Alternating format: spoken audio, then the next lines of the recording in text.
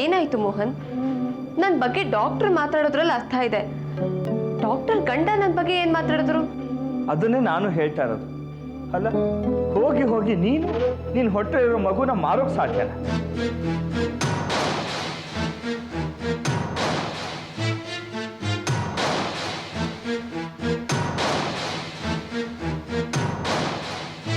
ನೋಡ್ದ್ಯಾ ನಿನ್ಗೆ ಎಷ್ಟು ಶಾಕ್ ಆಯ್ತು. ನನಗೂ ಹೀಗೆ ಟಿಟ್ಟೋ ಹೀಗೆ ತುಂಬಾ ಗಾಬರಿ ಆಯ್ತು. ಮೈಯೆಲ್ಲ ಹುಡ್ತೋಯ್ತು ಕಣೆ. ಅಲ್ಲ ಪಾಪ ಸುದೇಶ್ ಸುಪ್ರಿಯ ನಮ್ಮ ಮನೆಗೆ ಬಂದಿದ್ರಲ್ಲ, ಅದೇ ನನಗೆ ಕಣ್ ಬರೋಕ್ಕೆ ಸಹಾಯ ಮಾಡಿದವರು. ಅವರು ಏನೋ ನಮ್ಮ ಬಗ್ಗೆ ನಮ್ಮ ಮಗು ಬಗ್ಗೆ ಕಾಳಜಿ ತೋರಿಸ್ತಾ ಇದ್ರು. ಕವಿ,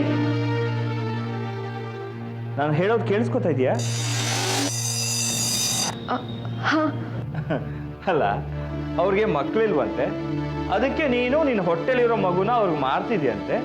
ಅದಕ್ಕೋಸ್ಕರ ಅವರು ಹಣ ಕೊಟ್ಟು ಆಪರೇಷನ್ ಮಾಡಿಸಿ ನನಗೆ ಕಣ್ ಬರೋ ಹಾಗೆ ಮಾಡಿದ್ರಂತೆ. ಈ ಕಥೆ ನಾನು ನಂಬೇಕಂತ.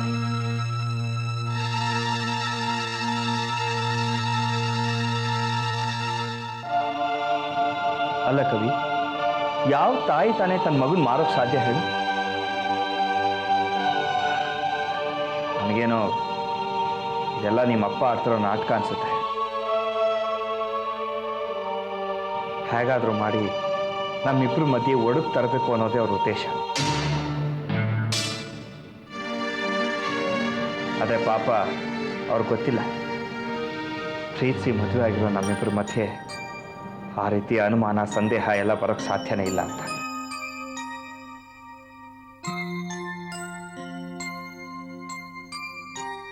ಅಯ್ಯೋ, ಇಷ್ಟಕ್ಕೆಲ್ಲ ನೀನ್ ಯಾಕೆ ಕಣ್ಣೀರು ಹಾಕ್ತೀಯ? ಬಿಡು ಕವಿ. ಕವಿ ನೋಡು, ನನಗೆ ಸ್ವತಃ ನನ್ನ ಮೇಲಿರೋದಕ್ಕಿಂತ ನಿನ್ನ ಮೇಲೆ ಜಾಸ್ತಿ ವಿಶ್ವಾಸ ಇದೆ. ಆ ವಿಶ್ವಾಸ ಯಾವುದೇ ಕಾರಣಕ್ಕೂ ಒಡೆದು ಹೋಗೋದಿಲ್ಲ. ಅಷ್ಟಕ್ಕೂ ಯಾರಿಗಾದ್ರೂ ಮಗು ಬೇಕು ಅಂದ್ರೆ ಒಂದು ಅನಾಥಾಶ್ರಮಕ್ಕೆ ಹೋಗ್ತಾರೆ, ಅಲ್ಲಿ ಅವ್ರಿಗೆ ಇಷ್ಟವಾದ ಮಗುನ ದತ್ತು ತಗೋತಾರೆ. ಇದು ತಾಯಿ ಹೊಟ್ಟೆಲಿರೋ ಮಗುನ ಹುಟ್ಟೋಕ್ ಮುಂಚೆನೆ ಬುಕ್ ಮಾಡೋಕ್ ಸಾಧ್ಯ? ಅದನ್ನ ವಸ್ತುನ ಪ್ರಾಡಕ್ಟ್ ಮ್ಯಾನುಫ್ಯಾಕ್ಚರ್ ಆಗಿ ಹೊರಗೆ ಬರೋಕ್ ಮುಂಚೆನೆ ಬುಕ್ ಮಾಡೋದಕ್ಕೆ.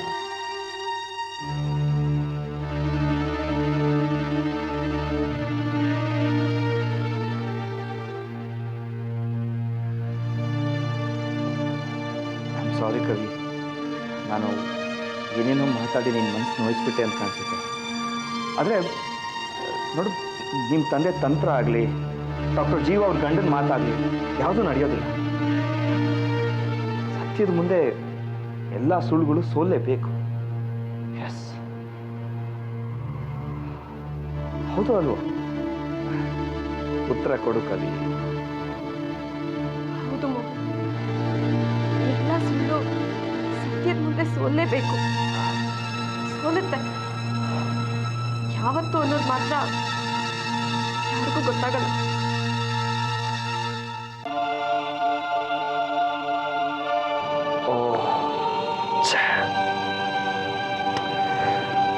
ಆ ಮೊಟ್ಟಾಳನ್ ಮಾತು ಕೇಳ್ಕೊಂಬಂದು ದಡ್ಡನ್ ಥರ ಏನೇನೋ ಮಾತಾಡ್ಬಿಟ್ಟೆ. ಸಾರಿ ಕವಿ, ಐ ಆಮ್ ವೆರಿ ಸಾರಿ.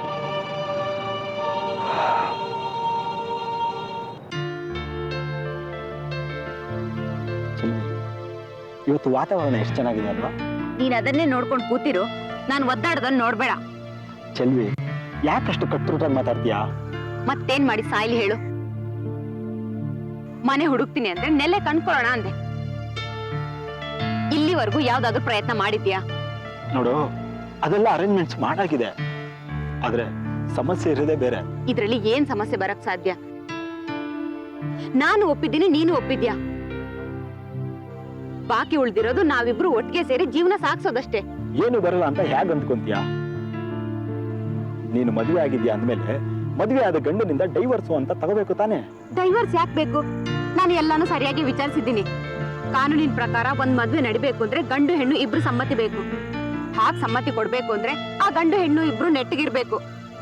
ಬಲವಂತದಿಂದನೋ ಅಥವಾ ನನ್ನಂತ ಮೆಂಟಲ್ ಕೇಸ್ ವಿಷಯದಲ್ಲೂ ಮದ್ವೆ ಆದ್ರೆ ಆ ಮದ್ವೆಗೆ ಕಾನೂನಿ ಮಾನ್ಯತೆ ಕೊಡಲ್ಲ. ನಾನು ಒಪ್ಪದಿದ್ ಮದ್ವೆ ನಂದಾಗಲ್ಲ. ಸರಿ, ಈಗೇನ್ ಮಾಡ್ಬೇಕು ಅಂತೀಯಾ? ಏನು ಮಾಡ್ಬೇಕಾದಿಲ್ಲ. ನೀನ್ ಎಸ್ ಆದ್ರೆ ಸಾಕು. ಕತ್ನಲ್ಲಿರೋ ತಾಳಿನ ಆ ಪ್ರಸಾದ್ ಮನೆ ಗೂಟಕ್ಕೆ ನೇತಾಕ್ ಬರೋದಷ್ಟೇ ನನ್ ಕೆಲ್ಸ.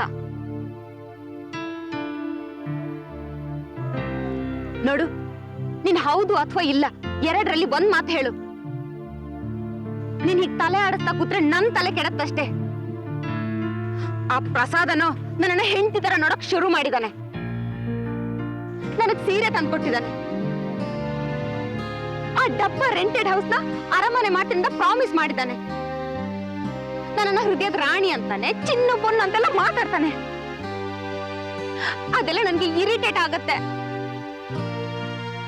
ಡೈವೋರ್ಸ್ ಗಿವೋರ್ಸ್ ಅಂತ ನೀನ್ ಹೇಳೋ ಪ್ರೊಸೀಜರ್ ಪ್ರಕಾರ ಹೋದ್ರೆ ವರ್ಷಾನುಗಟ್ಲೆ ಟೈಮ್ ಹಿಡಿಯುತ್ತೆ. ನಮ್ ಕಷ್ಟನ ನಾವೇ ಇನ್ವೈಟ್ ಮಾಡ್ದಾಗ ಆಗತ್ತೆ. ಡಿಸೈಡ್ ಮಾಡಿ ಹೇಳು. ಈ ತಾಳಿ ಆದಷ್ಟು ಬೇಗ ಡಸ್ಟ್ ಬಿನ್ ಸೇರೋ ಅವಕಾಶ ಮಾಡ್ಕೊಡು ಪ್ಲೀಸ್.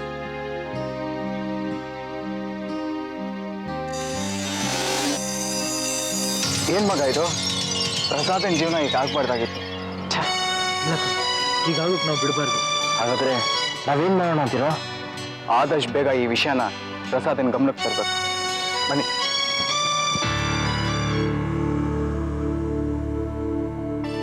ಕವಿತಾ, ಬಾ. ಇವತ್ತು ನಿನ್ ಚೆಕಪ್ ಡೇಟ್ ಇತ್ತಾ? ಇರ್ಲಿಲ್ಲ, ಆದ್ರೂ ಬಂದೆ. ಬೈಟ್ ಹೋಗೋಣ ಅಂತ ಬಂದೆ. ಬೈಯೋಕ? ಹಾ, ನನ್ ಲೈಫ್ಗೆ ಪ್ರಾಬ್ಲಮ್ ತಂದಿಟ್ಟವಳನ್ನ ಬೈತೆ ಸುಮ್ಮನೆ ಬಿಡಕ್ಕಾಗತ್ತಾ? ನಾನು ಪ್ರಾಬ್ಲಮ್ ತಂದ? ಮತ್ತೆ ನೀನು ತುಂಬಾ ಒಳ್ಳೆ doctor. As A human being ನೀನು ತುಂಬಾ ಒಳ್ಳೆಯವಳು ಅಂತ ನಂಬಿದ್ದೆ. ನೀನು ನನ್ನ ನಂಬಿಕೆಗೆ ದ್ರೋಹ ಬಗೆದ್ಬಿಟ್ಟೆ. ಕವಿತಾ, ಏನ್ ಮಾತಾಡ್ತಿದ್ಯಾ? ಗಂಡನ್ಗೆ ಗೊತ್ತಿಲ್ಲದೆ ಇರೋ ರಹಸ್ಯನ ನಾನು ನಿನ್ನ ಹತ್ರ ಹೇಳ್ದೆ. ಆದ್ರೆ ನೀನೇನ್ ಮಾಡ್ದೆ? ಅದನ್ನ ನಿನ್ ಗಂಡನ ಹತ್ರ ಹೇಳಿ ರಹಸ್ಯನ ಬಯಲು ಮಾಡ್ದೆ. ನನ್ ಗಂಡ? ಹೌದು, ನಿನ್ನ ಗಂಡನೇ ಈ ವಿಷಯನ ಬಂದು ನನ್ನ ಗಂಡನ ಹತ್ರ ಹೇಳಿರೋದು. ಈ ರೀತಿ ನನ್ನ ಜೀವನ ಹಾಳು ಮಾಡ್ಬೇಕು ಅಂತ ಇಷ್ಟು ದಿನದಿಂದ ಪ್ರೋಗ್ರಾಮ್ ಹಾಕೊಂಡಿದ್ದೆ ಜೀವ. ನೀನು ಒಂದ್ ಹೆಣ್ಣ ಅಥವಾ ಈ ತರ ಮಾಡು ಅಂತ ನಮ್ ಡ್ಯಾಡಿ ನೀನು ದುಡ್ಡು ಕೊಟ್ಟಿದ್ರ? ನೀನು ಹೊರಗಡೆ ಶೋ ಆಫ್ ತೋರಿಸ್ಕೊಳ್ಳೋಂತ ಹೆಣ್ಣು. ಒಂದು ಅನಾಥ ಮಗುನ ಸಾಕ್ತಾ ಇದೀನಿ ಅಂತ ಪೋಸ್ಟ್ ಕೊಡ್ತೀಯಾ? ಡಾಕ್ಟರ್ ಅನ್ನಿಸ್ಕೊಳ್ಳೋದಕ್ಕೆ ಅನ್ಫಿಟ್. ಒಬ್ಬ ಡಾಕ್ಟರು ಸೀಕ್ರೆಟ್ ನ ಮೇಂಟೈನ್ ಮಾಡ್ಬೇಕು. ಈ ರೀತಿ ಅದನ್ನ ಓಪನ್ ಮಾಡಿ ಸಂಸಾರನ ಹಾಳು ಮಾಡೋದಲ್ಲ. ನೋಡು ಕವಿತಾ, ನನ್ ಮಾತು ಕೇಳು ಪ್ಲೀಸ್. ಕೇಳೋದಿಲ್ಲ. ಯಾವತ್ತೂ ನಾನು ನಿನ್ನ ನಂಬೋದು ಇಲ್ಲ ಜೀವ. ನಿನ್ ಗಂಡ ಇಂಥ ವಿಷಯ ಹೇಳಿದ್ರು ಗಂಡ ಅದನ್ನ ನಂಬಿಲ್ಲ. ಇನ್ನೊಂದ್ಸಾರಿ ಸಂಸಾರಕ್ಕೆ ಬೆಂಕಿ ಹಚ್ಚುವಂತ ಕೆಲಸ ಮಾಡ್ಬೇಡ. Good bye. ಕವಿತಾ,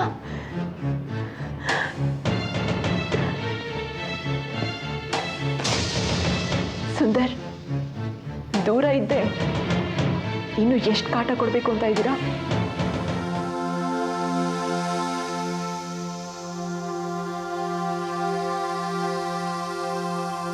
ಏನಿದು ಮನೆ ಬೀಗ ಹಾಕಿದೆಯಲ್ಲ? ಎಲ್ಲ ಹೇಳು.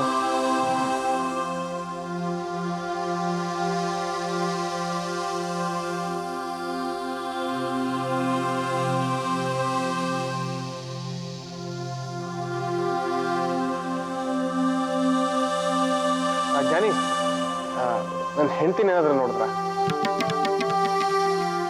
ಅದು ಏನದು? ಅದು ಚೆಲ್ವಿ ಮನೇಲಿ ಇಲ್ರಪ್ಪ, ಮನೆ ಬೀಗ ಹಾಕಿ. ಏನ್ ಅವನ ಕಡೆ ನೋಡ್ತಿದ್ಯಾ? ನಾನು ಕೇಳ್ತಿರೋದು ಚೆಲ್ವಿ ಎಲ್ಲಾರು ನೋಡಿದ್ರಾ ಅಂತ. ಹೌದು ಕೂಡ, ನೋಡಿದ್ವಿ. ಅದ್ಯಾಕ ಸಿಟ್ಟಿಂದ ಹೇಳ್ತೀಯ? ಮತ್ತಿನ್ನೇನು ಸಂತೋಷವಾಗಿ ಹೇಳ್ಬೇಕಾಗಿತ್ತಾ? ನಿನ್ನೆ ಹೆಂಡತಿ ಮತ್ತೊಬ್ಬ ಜೊತೆ ಸುತ್ತಾಡೋದು ಸಂತೋಷದ ವಿಷಯನಾ? ಏಯ್, ಏನಂದೆ? ಅವನು ಹೇಳ್ತಾ ಇರೋದು ನಿಜ ಪ್ರಸಾದ. ದಿನ ನಿನ್ನ ಮನೆಯಿಂದ ಹೊರಡ್ತಾನೆ, ಚೆಲ್ವಿ ಆಚೆ ಹೋಗೋಳು. ಇವತ್ತು ನಾವು ಫಾಲೋ ಮಾಡಿದ್ವಿ, ನೋಡಿದ್ರೆ ಇನ್ನೊಬ್ಬ ಹುಡುಗನ ಜೊತೆ ಪಾರ್ಕಲ್ಲಿ. ಏನು ಮಾತಾಡ್ತಿದ್ಯೋ? ನಾನು ಮಾತಾಡಿದ್ರೆ ಹಲ್ಲು ಬರ್ಸ್ಬಿಡ್ತೀನಿ ನೋಡು. ನನ್ನ ಚೆಲುವಿ ಏನು ಅಂತ ನನಗೆ ಚೆನ್ನಾಗಿ ಗೊತ್ತು. ಅವಳಿಗೆ ತಲೆ ಸರಿ ಹೋಗಿ ಇನ್ನೂ ಸ್ವಲ್ಪ ದಿವಸ ಆಗಿದೆ. ಅಷ್ಟರಲ್ಲಿ ಅವಳಿಗೆ ಇನ್ನೊಬ್ಬ ಲವರ, ಅವನ ಜೊತೆ ಅವಳು ಪಾರ್ಕಲ್ಲಿ ತಿರ್ಗೋದ. ಇಲ್ಲ ಪ್ರಸಾದ್, ಇದು ಕಣ್ಣಾರೆ ಕಂಡ ಸತ್ಯ. ನಾನು ಮಾತಾಡಿದ್ರೆ ನಿನ್ನ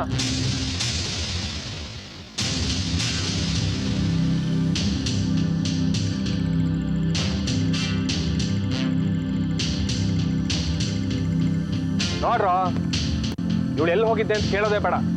ಅವಳ ಕೈಲಿರೋ ಬುಟ್ಟಿನೇ ಹೇಳ್ತಾ ಇದೆ ಅವಳು ದೇವಸ್ಥಾನಕ್ಕೆ ಹೋಗಿದ್ಲು ಅಂತ.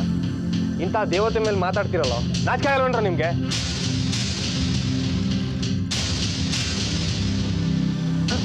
ಏನಾಯ್ತು?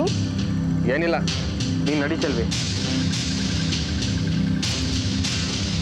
ಬದಲಾಗಿದ್ರು ಅನ್ಕೊಂಡೆ, ಆದರೆ ಅವ್ರು ಬದಲಾಗಿಲ್ಲ. ಅಂದ್ರೆ ಏನಿಲ್ಲ, ಮನೆ ಬೀಗ ಹಾಕಿತ್ತಲ್ಲ, ಬೀಗಕ್ಕೆ ವಿಚಾರಿಸ್ತಾ ಇತ್ತು. ಸಾರಿ, ಕೀ ಕೊಡೋದು ಮರ್ತೋಯ್ತು. ಪರವಾಗಿಲ್ಲ ಚೆಲ್ವಿ, ನೀನು ಬಾ. ಹೌದು, ಏನೋ ಜಗಳ ನಡೆದಾಗಿತ್ತಲ್ಲ. ನಾಯಿಗಳು ಬೊಗಳ್ದಾಗ ಅದನ್ನು ಓಡಿಸ್ಬೇಕು, ಇಲ್ಲ ಬಾಯಿ ಮುಚ್ಚಬೇಕು. ಅದನ್ನು ನಾನೀಗ ಮಾಡಿದ್ದೀನಿ. ನೀನು ಬಾ.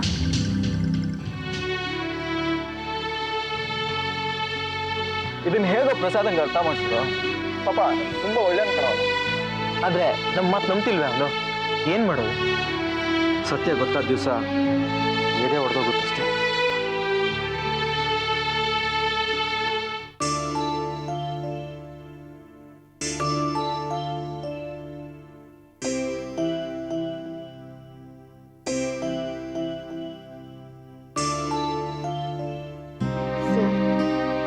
ನೋಡಮ್ಮ, ಗೋಳಾಡಿ ಬಿಡೋಕೆ ಬಂದಿದ್ರೆ ಹಾಗೆ ಹೊರಟೋಗು.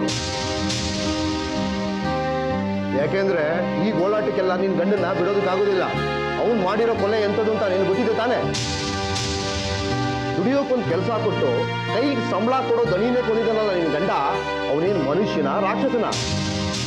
ಸರ್, ನನ್ನ ಗಂಡ ಅಂತವ್ರಲ್ಲ ಸರ್. ಹಾ, ಎಲ್ಲ ಹೇಳ್ತೀರು ಹೇಳೋದಿಷ್ಟೇ. ಅಲ್ಲ, ಮುಖ ಗುರ್ತು ಸಿಗದಷ್ಟು ಜಜ್ಜಾಕಿದನಲ್ಲ, ಅಂತ ದ್ವೇಷ ಏನಿತ್ತು ಅಂದ್ರೆ? ನೀನೆಲ್ಲಿ ಬಾಯಿ ಬಿಡ್ತೀಯ? ಬಿಡ್ಲೂ ಬೇಡ, ಅವನ ಬಾಯಲ್ಲೇ ಎಲ್ಲ ಬಿಡಿಸ್ತೀನಿ. ಸರ್, ನನ್ನ ಗಂಡನ ಹತ್ರ ಒಂದು ಸ್ವಲ್ಪ ಮಾತಾಡ್ಬೋದಾ? ಇದು ಬೇರೆ, ಕೊಲೆಗಾರನ ಹತ್ರ ಕುಟುಂಬ ಸಮಾಲೋಚನೆ. ಹೋಗೋಗಿ ಮಾತಾಡು.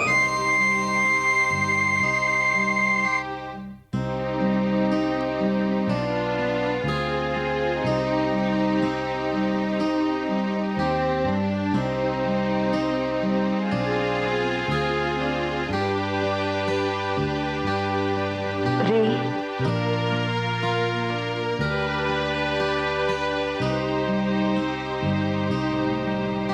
ಕೊನೆಗೂ ನೀವು ನನ್ನ ಮಾತು ಕೇಳಲೇ ಇಲ್ಲ ಅಲ್ವಾ? ಕಲ್ಯಾಣಿ, ಸತ್ಯ ಹೇಳ್ರಿ, ನೀವು ನಿಮ್ಮ ಬಾಸ್ನ ನಾನು ಕೊಲೆ ಮಾಡಿಲ್ಲ ಕಲ್ಯಾಣಿ.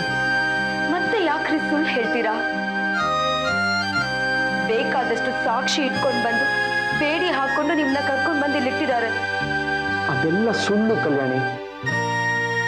ನಾನು ಕೊಲೆ ಮಾಡಬೇಕು ಅಂತ ಹೇಳ್ತಾ ಇದ್ದು ನಿಜ, ಆದರೆ ಕೊಲೆ ಮಾಡಿಲ್ಲ. ಬೇರೆ ಯಾವುದೋ ಕೇಸ್ನ ತಂದು ನನಗೆ ತಗಲಾಗ್ತಾ ಇದ್ದಾರೆ ಅಷ್ಟೇ. ಪೊಲೀಸ್ನವ್ರಿಗೇನು ಹುಚ್ಚು ಅನ್ಕೊಂಡಿದ್ದೀರಾ? ಬೇರೆ ಯಾರನ್ನು ಅರೆಸ್ಟ್ ಮಾಡದೆ ಯಾಕ್ರಿ ನಿಮ್ಮನ್ನ ಅರೆಸ್ಟ್ ಮಾಡಿದ್ರು? ಅದ್ರಲ್ಲೇನು ಸತ್ಯ ಇದೆ ಅಂತ ತಾನೆ?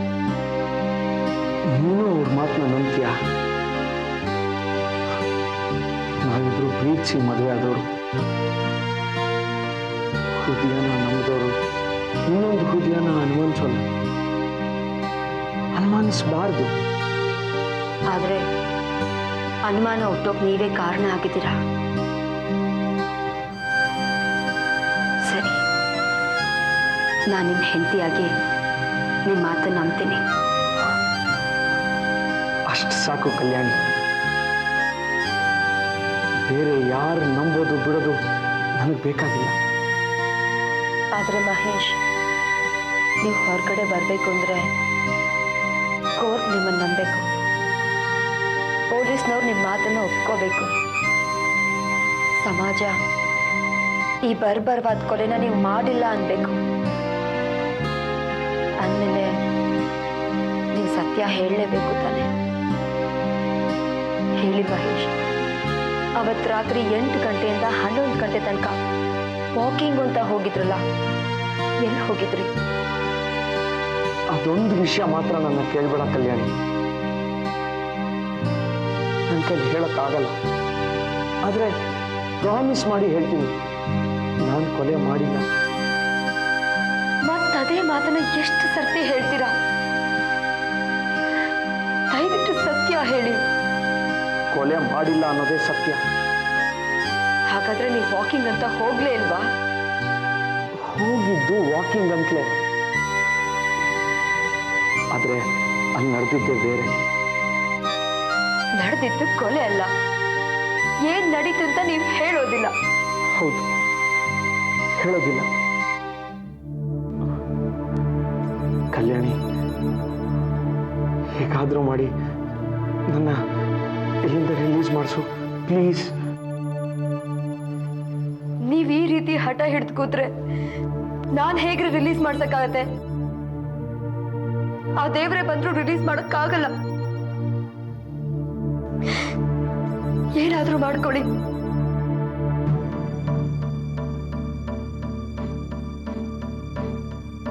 ಸಾರಿ ಕಲ್ಯಾಣಿ, ಆ ವಿಷಯ ನಿನಗೆ ನಾನು ಹೇಗೆ ಹೇಳೋಕ್ ಸಾಧ್ಯ?